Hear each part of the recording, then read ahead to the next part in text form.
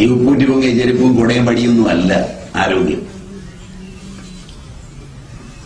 ആരോഗ്യം എന്നത് വിനയവും സൗശീല്യവും അറിവും നന്മയും ഒക്കെയാണ്.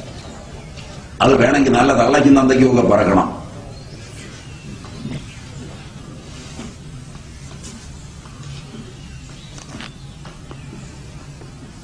പൂവല്ലേ നല്ലത്?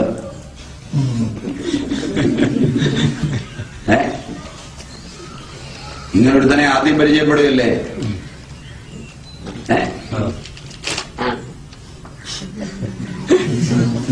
പൊള്ളുന്നില്ലേ? നല്ലോലെ ചുട്ടു പൊള്ളുന്നില്ലേ?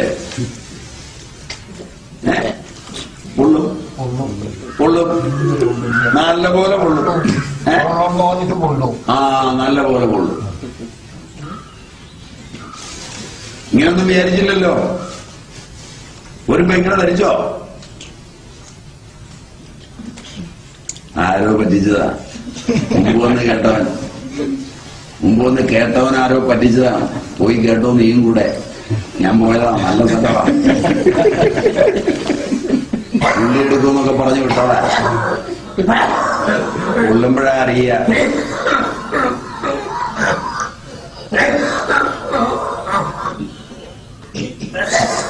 ശരിക്കിരുന്ന് ആലോചിക്കുക. ജീവിതം പിള്ളകളിയല്ല. നിങ്ങൾ ഈ പുരോഗതിക്കാത്ത ഈ രോഗം മുഴുവൻ കുഞ്ഞുങ്ങൾക്കുണ്ടായത്. തള്ളയ്ക്കോ മുട്ടിന് തേയ്മാനം, നട്ടലിന് തേയ്മാനം, ഓവറിയില്, ബ്രസ്റ്റില്, സർവിക്സില് ഒക്കെ ക്യാൻസർ.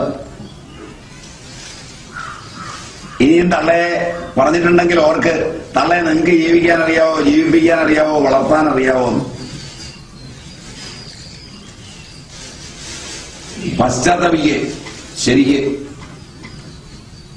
എന്തുകൊണ്ടാണ് അവർക്ക് ആരോഗ്യം ഉണ്ടായത്? പഴയ തലമുറയ്ക്ക് അവരാരെയും ഹിംസിച്ചില്ല, കട്ടില്ല, ലൈംഗിക ദുരാചാരങ്ങളിൽ ഏർപ്പെട്ടില്ല.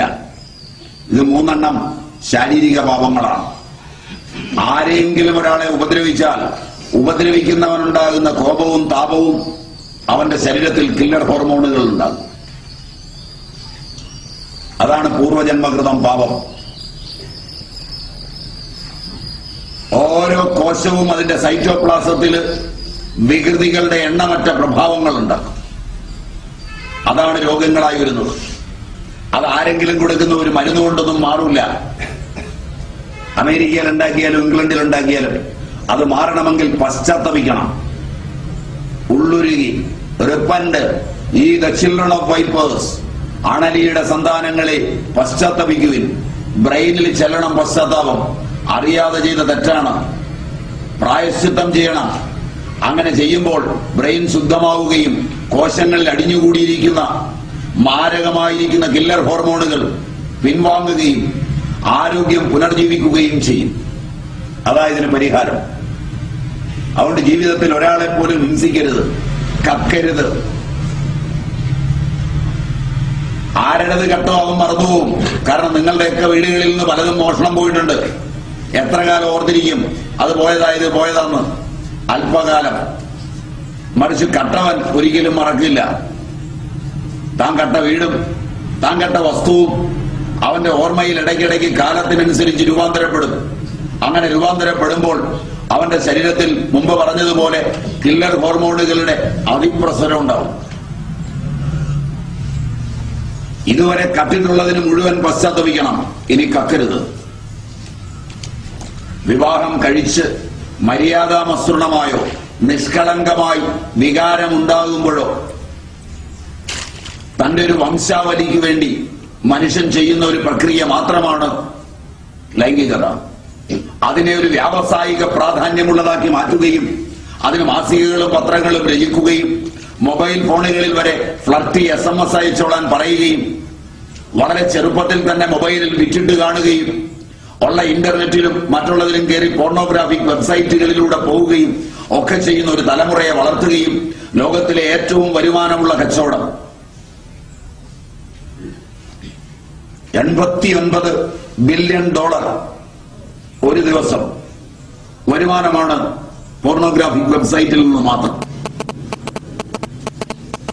എന്നിട്ട് ആരോഗ്യം എവിടെ ഉണ്ടാക്കാൻ? കമ്പ്യൂട്ടർ വാങ്ങിച്ചു കൊടുത്ത് പിള്ളേരെ മുറിക്കകത്ത് അടച്ചിട്ട് കണ്ടോളാൻ പറഞ്ഞിരുത്തിയാൽ മാരക രോഗങ്ങളിലേക്ക് തലമുറ മാനസികമായും ശാരീരികമായും മാറുന്ന ഒരു യുഗമായി. വയസ്സനും വയസ്സിയും വരെ കാണുന്ന പരസ്യത്തിലെ മരുന്നുകൾ മുഴുവൻ ലൈംഗികതയ്ക്ക് വേണ്ടിയാണെങ്കിൽ മേടിച്ചു കൂട്ടുകയും വൃത്തികെട്ട വികാരങ്ങളും വിചാരങ്ങളുമായി ജീവിക്കുകയും ചെയ്യുന്ന, പുറത്തേക്ക് ഇറങ്ങിയാൽ കാണുന്ന ഫ്ലക്സ് ബോർഡിൽ മുഴുവൻ ലൈംഗികാതിപ്രസരം. ഏത് മാസികയും പത്രവും ആരോഗ്യ മാസിക പോലും വിൽക്കണമെങ്കിൽ അതിന്റെ കവർ പേജുകളിൽ നിറഞ്ഞിരിക്കുന്ന ചിത്രങ്ങൾ. പഴകിയതാണെങ്കിൽ പോലും ചിത്രം കണ്ടാൽ ഉടനെ അത് മേടിക്കാനുള്ള പ്രവണത. സീരിയലുകൾ, സിനിമകൾ എല്ലാം വികൃതം. ഈ സമയത്തെല്ലാം നിങ്ങളുടെ ശരീരം ചൂടാവുകയും ലൈംഗിക വികാരങ്ങൾ ഉണ്ടാകുമ്പോഴൊക്കെ ശരീരം ചൂടാവും, പനിയുണ്ടാവും. കാമപ്പനി എന്ന് പറയും, കാമജ്വരം. അതുണ്ടായി കഴിഞ്ഞാൽ രക്തം ചൂടാവും, അസ്ഥി ചൂടാവും, മജ്ജ ഉരുകും. സർവശരീരഗതമായിരിക്കുന്ന ധാതു, ഓജസ് നിങ്ങൾ മൂത്രമൊഴിക്കുന്ന മാർഗത്തിൽ തുള്ളികുത്തിയെത്തും. ഇത്രയും അപകടകരമായ ഒരു പ്രക്രിയയിലാണ് ആധുനിക ലോകം പെട്ടിരിക്കുന്നത്. പണ്ട് പണിയെടുത്ത് നടന്നതുകൊണ്ടും അന്യർക്ക് വേണ്ടി ജീവിച്ചതുകൊണ്ടും ലൈംഗികതയെ ചിന്തിക്കാൻ സമയമില്ലാതിരുന്നതുകൊണ്ടും മര്യാദയ്ക്ക് ജീവിച്ച ഒരു തലമുറയ്ക്ക് കിട്ടിയ ആരോഗ്യം ലൈംഗികത കൊണ്ട് തന്നെ വളരെ ചെറുപ്പത്തിലെ നശിച്ച് സകല അവയവങ്ങളും വികൃതമായി, ഫില്ലർ ഹോർമോണുകൾ മുഴുവൻ സജീവമായി, ഓജസ് മുഴുവൻ നഷ്ടപ്പെട്ട് ഇമ്മ്യൂണിറ്റി ഡിസോർഡറുകൾ മുഴുവൻ വന്ന് ഒരു തലമുറ ജീവിക്കേണ്ടി വരുന്നത് ആധുനികതയുടെ ഇന്നത്തെ ജീവിത പശ്ചാത്തലത്തിലാണ്. അതുകൊണ്ട് ഹിംസിക്കരുത്, കക്കരുത്, ലൈംഗിക ദുരാചാരങ്ങളിൽ ഏർപ്പെടരുത്. ഈ 3 പൂർവജന്മകൃതമായിരിക്കുന്ന ഓരോ നിമിഷത്തിനു മുമ്പ് അതിനു മുമ്പത്തെ നിമിഷത്തിൽ ചെയ്തു കൂട്ടിയ കർമ്മങ്ങൾ, അതിന്റെ തുടർച്ചകൾ, അത് ബ്രെയിനിൽ ഉണ്ടാക്കുന്ന ഭാവങ്ങൾ, അത് മുഴുവനുമാണ് നിങ്ങളുടെ ശരീരത്തെ മൃത്യുവിലേക്ക് കൂട്ടിക്കൊണ്ടുപോകുവാനുള്ള മാരക രോഗങ്ങളായി പ്രതിപ്രവർത്തിക്കുന്നത്. തന്തയും തള്ളയും ചെയ്തു കൂട്ടിയതുൾപ്പെടെ മക്കൾക്കും മക്കളുടെ മക്കൾക്കും വരുമ്പോൾ പാരമ്പര്യ ജനിതകങ്ങൾ മസ്തുളങ്കത്തെ മാറ്റിമറിക്കുന്ന ഒരു കാലഘട്ടത്തിൽ രോഗമില്ലാതെ ജീവിക്കണമെങ്കിൽ മര്യാദയ്ക്കുള്ള വിദ്യാഭ്യാസം അനിവാര്യമാണ്.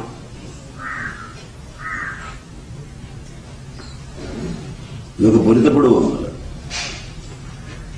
ശരിയാണെന്ന് തോന്നുന്നു.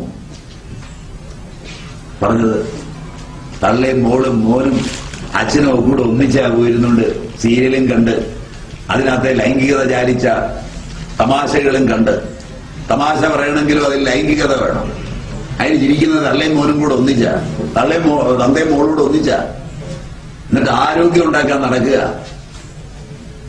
വികല ജീവികൾ. ശരിയാണോ? ശരിയാണോ? നിങ്ങൾക്കൊക്കെ വിദ്യാഭ്യാസം തന്ന നേരത്ത് പന്നിയും പട്ടിയും പഠിപ്പിച്ചിരുന്നെങ്കിൽ ഈ നാട് നന്നായാലേ.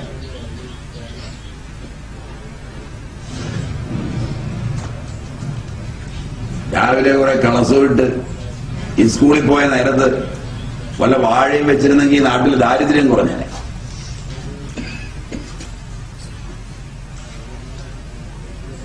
ദേഷ്യം വരുന്നുണ്ടല്ലേ? ദേഷ്യം വരുന്നുണ്ട്. പോവല്ലേ നല്ലത്? പോവല്ലേ നല്ലത്? കരണീയതല്ലേ?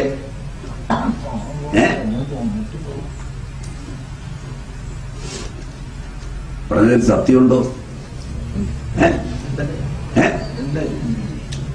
എന്നിട്ട് മരുന്ന് മേടിക്കാൻ നടക്കുക. മരുന്നല്ല ആരോഗ്യം. ഹിംസിക്കരുത്, കക്കരുത്, ലൈംഗിക ദുരാചാരങ്ങളിൽ ഏർപ്പെടരുത്, കുശുമ്പ് പറയരുത്, പരുഷമായി സംസാരിക്കരുത്, കെട്ടിച്ചമച്ച് പറയരുത്, അന്യർ കലഹിക്കുമാർ പറയരുത്. കീഴ്ജീവനക്കാരോട് മേൽജീവനക്കാരോടൊന്നും പരിശോധനമരുത്. ഇല്ലാത്തതുണ്ടാക്കി പറയുമ്പോൾ ബ്രെയിൻ മാറും. നിങ്ങളിൽ പലരും കാലുവേദന അനുഭവിക്കുമ്പോൾ വേദന കാലിലല്ല, മൂക്കേലായിരിക്കും ചിലപ്പോൾ. നിങ്ങൾ പറഞ്ഞിട്ടുള്ള കള്ളമനുസരിച്ച് ബ്രെയിനിന് കള്ളമാണ് അറിയുന്നത്. ബ്രെയിൻ കള്ളം കാണിക്കാൻ തുടങ്ങും. നിങ്ങളുടെ മൂക്കിന്റെ സ്ഥാനത്തൊരു ചിത്രം കാലിന്റെ അവിടെ വരച്ചു നോക്കും. ബ്രെയിൻ ഫാൻഡംസ് ഓഫ് ബ്രെയിനിൽ മസ്തുലംഗം അതീവ ഗഹനമാണ്. നിങ്ങളുടെ കാല് മാറി മൂക്കവിടെ വരച്ചു വെച്ചാൽ കാലേ വേദന വരുമ്പോ മൂക്കിന് വേദന വരും.